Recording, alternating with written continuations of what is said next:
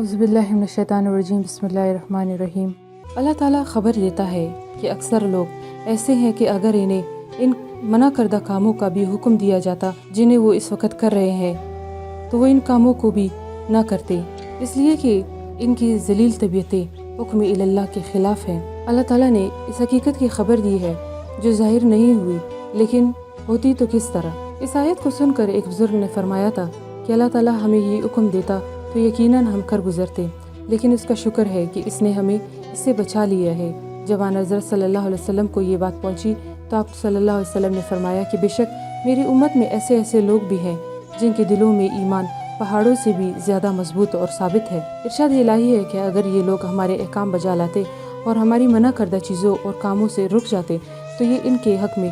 اس سے بھی بہتر ہوتا کہ وہ مخالفت کرے اور ممانعت میں مشغول ہو جائے۔ یہی عمل صحیح اور حق والا ہے۔ اس کے نتیجہ میں ہم انہیں جنت عطا فرماتے اور دنیا اور آخرت کی بہتر راہ کی رہنمائی فرماتے۔ پھر اللہ تعالیٰ فرماتا ہے کہ جو شخص اللہ اور رسول کے احکام پر عمل کرے اور منع کردہ کاموں سے باز رہے، اسے اللہ تعالیٰ عزت کے گھر میں لے جائے گا، نبیوں کا رفیق بنائے گا اور صدیقوں کو جو مرتبے میں نبیوں کی بات ہے ان کا مصاحب بنائے گا، شہیدوں، مومنوں اور صالحین جن کا ظاہر و باطن آراستہ ہے ان کا ہم جنس بنائے گا۔ خیال تو کرو یہ کیسے پاکیزہ اور بہترین رفیق ہے۔ صحیح بخاری شریف میں ہے کہ حضرت عائشہ رضی اللہ عنہا فرماتی ہے کہ میں نے نبی کریم صلی اللہ علیہ وسلم سے سنا تھا کہ ہر نبی کو اس کے مرض کے زمانے میں دنیا میں رہنے اور آخرت میں جانے کا اختیار دیا جاتا ہے۔ جب رسول کریم صلی اللہ علیہ وسلم بیمار ہوئے تو شدتی نکاہت سے اٹھ بھی نہیں سکتے تھے، آواز بھی بیٹھ گئی تھی، لیکن میں نے سنا کہ آپ صلی اللہ علیہ وسلم فرما رہے ہیں ان کا ساتھ جن پر اللہ نے انعام کیا ہو، جو نبی ہے، جو صدیق ہے، جو شہید ہے اور جو نیکوکار ہے۔ یہ سن کر مجھے معلوم ہو گیا کہ اب آپ کو اختیار دیا گیا ہے۔ ایک اور حدیث میں ہے کہ آپ صلی اللہ علیہ وسلم دعا فرماتے ہیں کہ اے اللہ میں بلند و بالا رفیق کی رفاقت کا طالب ہوں۔ یہ کلمہ آپ صلی اللہ علیہ وسلم نے اپنی زبان مبارک سے 3 مرتبہ نکالا۔ ابن جریر میں ہے کہ ایک انصاری رسول اکرم صلی اللہ علیہ وسلم کے پاس آئے، آپ نے دیکھا کہ وہ سخت مغموم ہے، سبب دریافت کیا تو جواب ملا کہ حضور یہاں تو صبح و شام ہم لوگ آپ کی خدمت میں آ بیٹھتے ہیں، دیدار بھی ہو جاتا ہے اور 2 گھڑی صحبت بھی میسر آ جاتی ہے، لیکن کل قیامت کے دن تو آپ نبیوں کے اعلیٰ مجلس میں ہوں گے، ہم تو آپ صلی اللہ علیہ وسلم تک پہنچ بھی نہ سکیں گے۔ تو حضور اکرم صلی اللہ علیہ وسلم نے کچھ جواب نہ دیا۔ اس پر جبرائیل علیہ السلام سورہ نساء کی آیت نمبر 62 لے کر آئے۔ آن حضرت صلی اللہ علیہ وسلم نے آدمی بھیج کر انہیں خوشخبری سنا دی۔ صحابہ رسول صلی اللہ علیہ وسلم نے کہا کہ یہ ظاہر ہے کہ حضور اکرم صلی اللہ علیہ وسلم کا درجہ آپ پر ایمان لانے والوں سے یقیناً بہت ہی بڑا ہے، جبکہ جنت میں یہ سب جمع ہوں گے تو آپس میں ایک دوسرے کو کیسے دیکھیں گے اور کیسے ملیں گے؟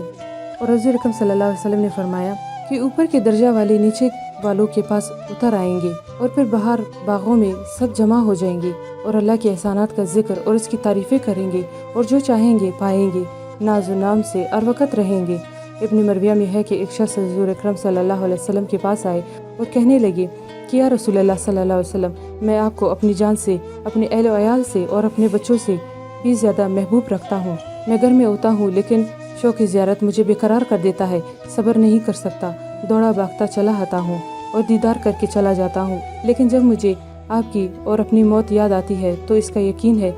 کہ آپ تو جنت میں نبیوں کے ساتھ سب سے اونچے درجے پر ہوں گے، تو ڈر لگتا ہے کہ پھر میں حضور اکرم صلی اللہ علیہ وسلم کی دیدار سے کہیں محروم نہ ہو جاؤں۔ آپ صلی اللہ علیہ وسلم نے تو کوئی جواب نہ دیا، لیکن پھر فرمایا کہ جو بھی اللہ کی اور اس کے رسول کی اطاعت کرے گا وہ قیامت کے دن ان کے ساتھ ہوگا، جس پر اللہ نے انعام کیا ہو، یہ فضل اللہ کی طرف سے ہے اور اللہ ہی کافی ہے۔ صحیح مسلم شریف میں ہے کہ ربیعہ بن کعب اسلمہ رضی اللہ تعالیٰ عنہ فرماتے ہیں کہ میں رات کو حضور اکرم صلی اللہ علیہ وسلم کی خدمت میں رہتا اور پانی وغیرہ لاتا۔